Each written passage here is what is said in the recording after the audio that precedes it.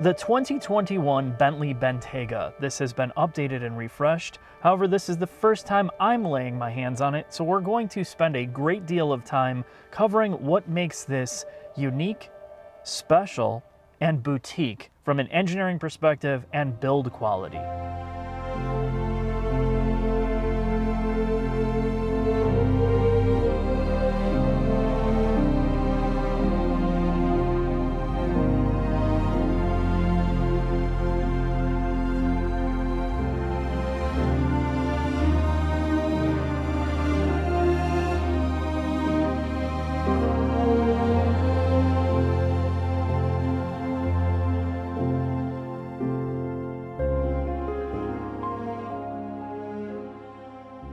Now, before I talk about the interior space, I need to talk about Bentley as a brand. In North America or the United States, many of us know this moniker from popular culture, either music or Hollywood.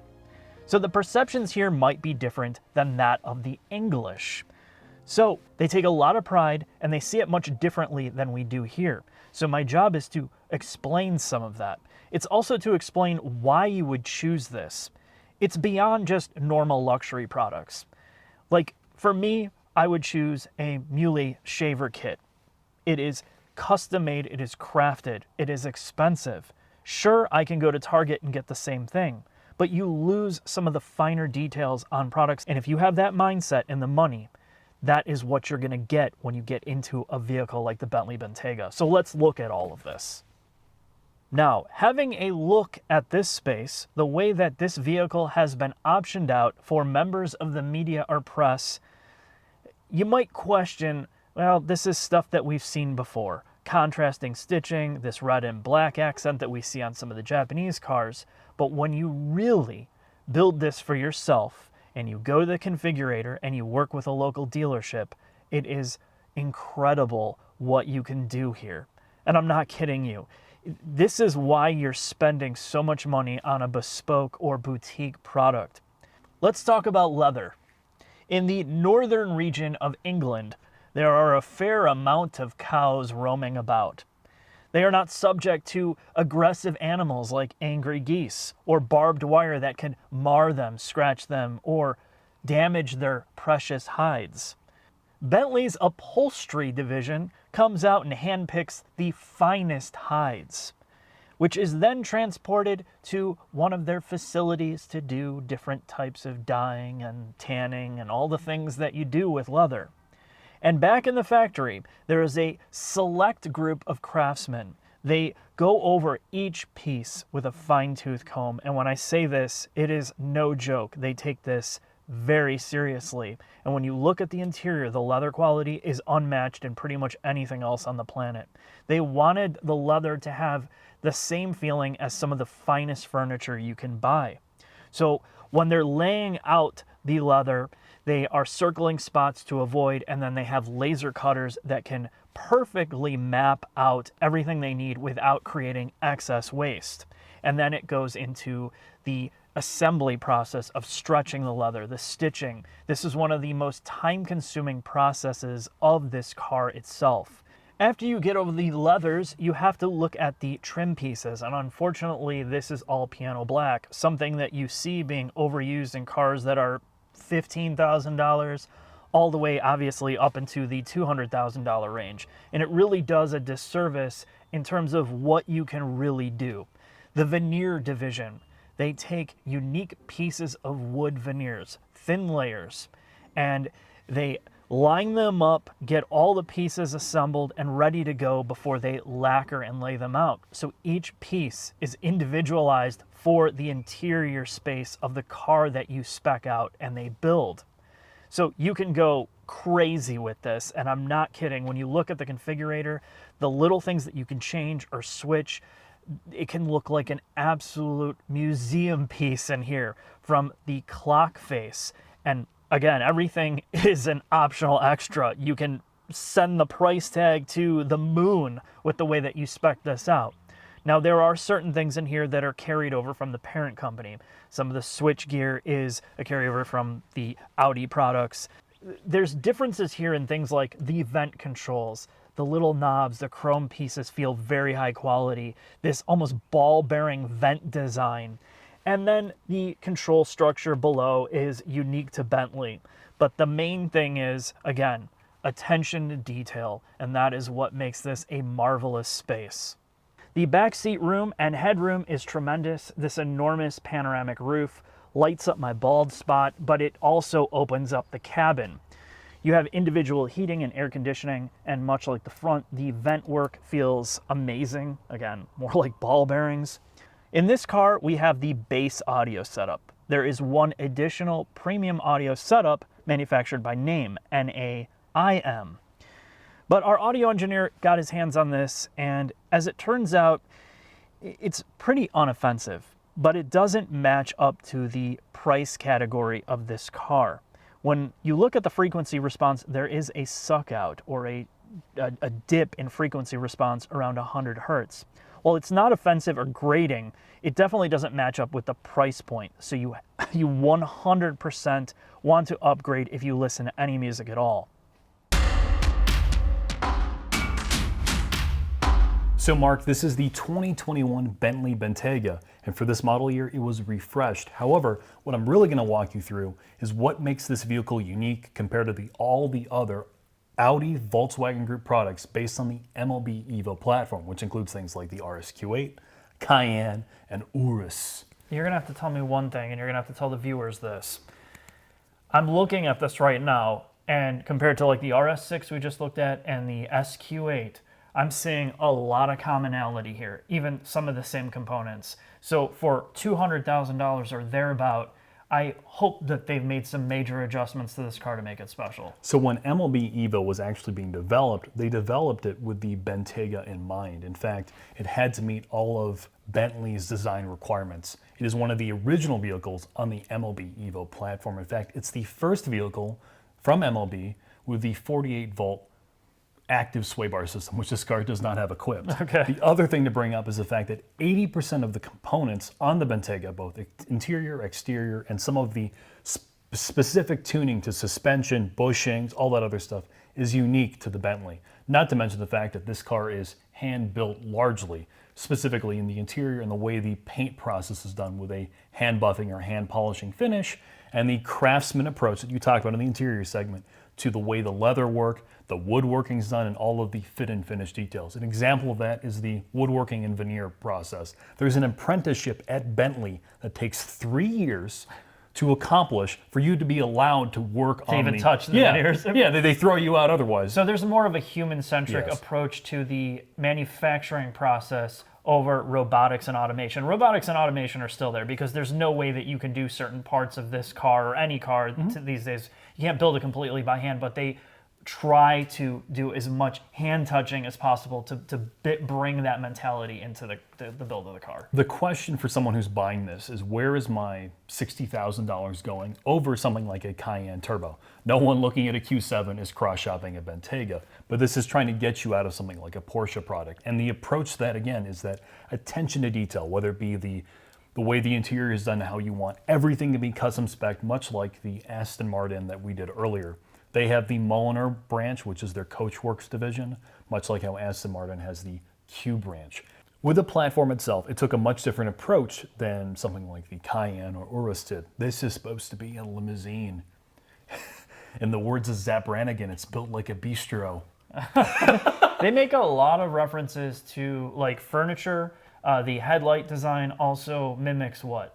It's supposed to be like a crystal piece of glassware out of the front, like your finest glasses you have in your house. Okay, so they're trying to equate like high-end, exotic, luxury products with the individual components of this. So you talked about suspension tuning.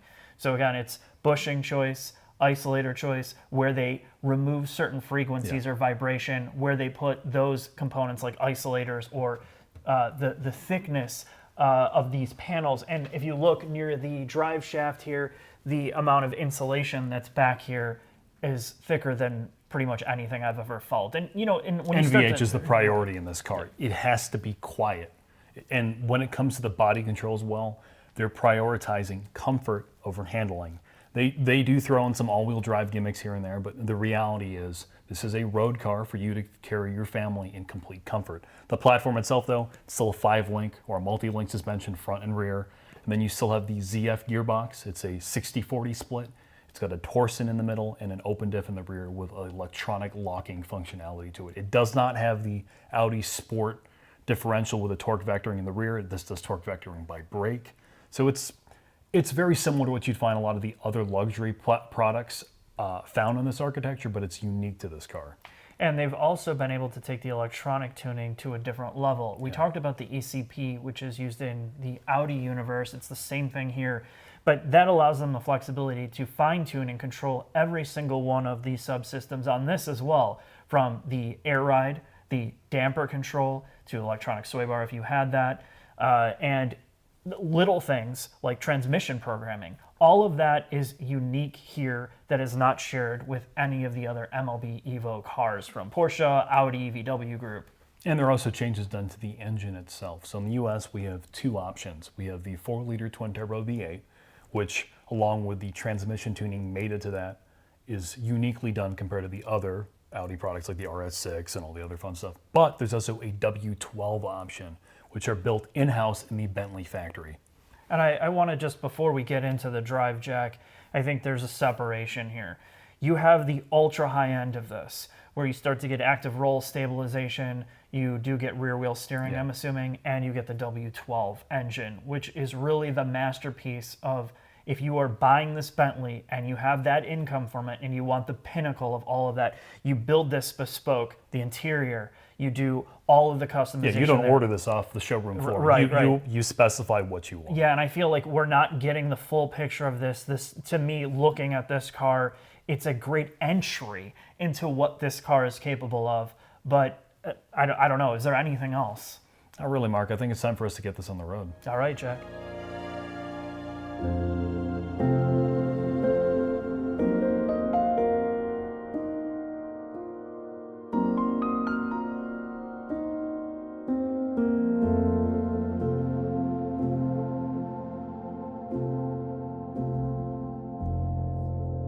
So Mark, we're in the Bentley Bentayga. This is the V8 model, and in this, I want to walk the viewers through what this thing is like to drive objectively. Ignoring some of the imperiousness of this automobile, let's talk about what this thing is like.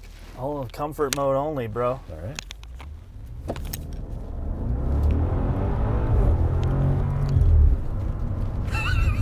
Oh, I like it. I like. There's a few things that stand out to me, just from an outside perspective. We talked about a lot of the tech stuff in the shop. Yes. So we know that this shares a lot with plenty of other premium brands or premium vehicles. What this does for me is 2 things. This is one of the best and softest riding, in a good way, vehicles I've ever been in. And I think the thing that comes close to that, and it also shared on here, is the Cayenne S. Mm-hmm. This glides over every surface. It feels exactly what I expect a high-end luxury product to ride like at all times. And when you do switch it over to sport or the Bentley mode out of comfort, it does firm up the suspension just enough to make this feel a little bit more confidence-inspiring. The second thing that it does for me is it is ultra, ultra quiet. And I know you could even get this quieter than this if you pay more money for the better glass. But between those 2 things and the V8, which is way more than enough for pretty much 99% of people, that is what does it for me in terms of driving this as a luxury product.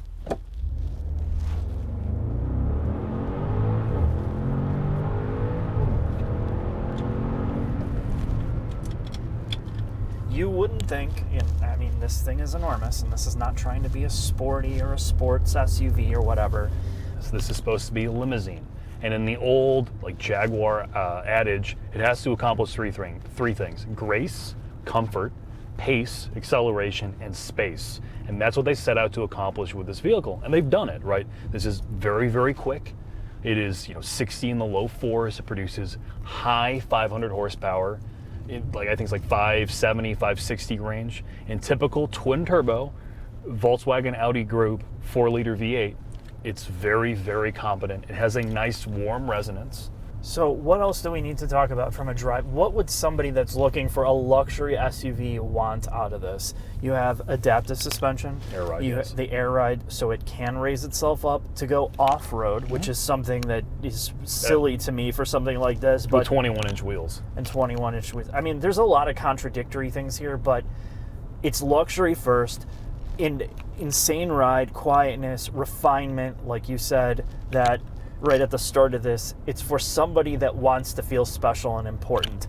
And that's what they're trying to sell here. And I think it does a good job at it. You still get the dynamics of the MLB Evo platform, which is shared with nearly every brilliant driving SUV, which includes the Cayenne, the SQ8 or RS Q8, and the Urus, the Lamborghini. If I'm not going to pull any punches, I think in some ways you can't escape the platform that it's on. It is an amazing platform, so of course all the vehicles tend to share some of the characteristics with this. And you know, because we've been in all these other vehicles except the Lamborghini, I find that it shares almost all the good things and the bad things here. This is just basically refined even more to the next level, and I think that's what the buying demographic of the Bentayga is really looking for, and some of the prestige. But let's get into the final thoughts, Jack. We'll sum up the rest of it. All right.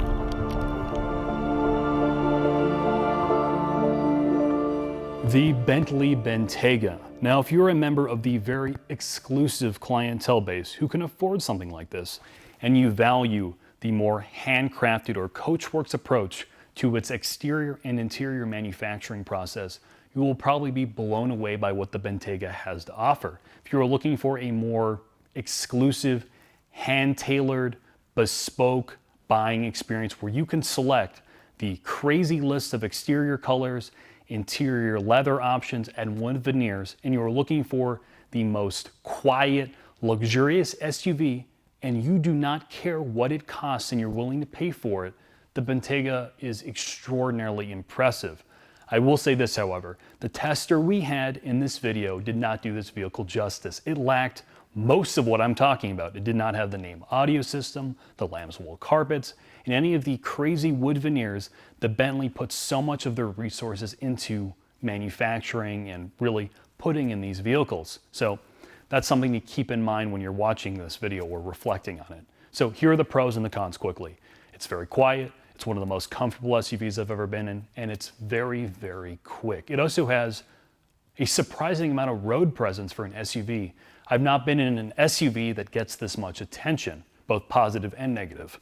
Now, here's the one con that I can think of other than price. It's its driving dynamics. If you're looking for a more limousine vehicle, this is what you're gonna have to buy. But if you're looking for a sports car SUV, you're gonna have to look elsewhere. So again, thanks for watching, and I hope to see you soon.